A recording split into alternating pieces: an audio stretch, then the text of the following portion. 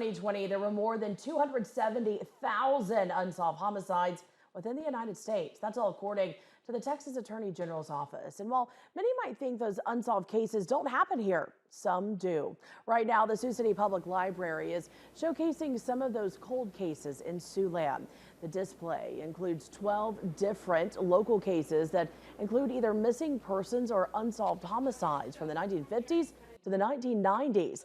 Tonight, Sarah Enright went through each case, diving into the details to include different theories and law enforcement efforts. Some of the cases had family members in the audience who have continued to seek answers. This project all started when Enright was going through the library's clip files and noticed how many cold cases Siouxland has.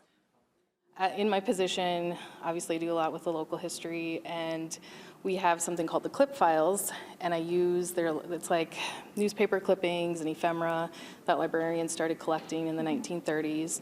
So as a true crime fan myself, the crime files really caught my attention. When I started this job, I wanted to bring more attention to those clip files.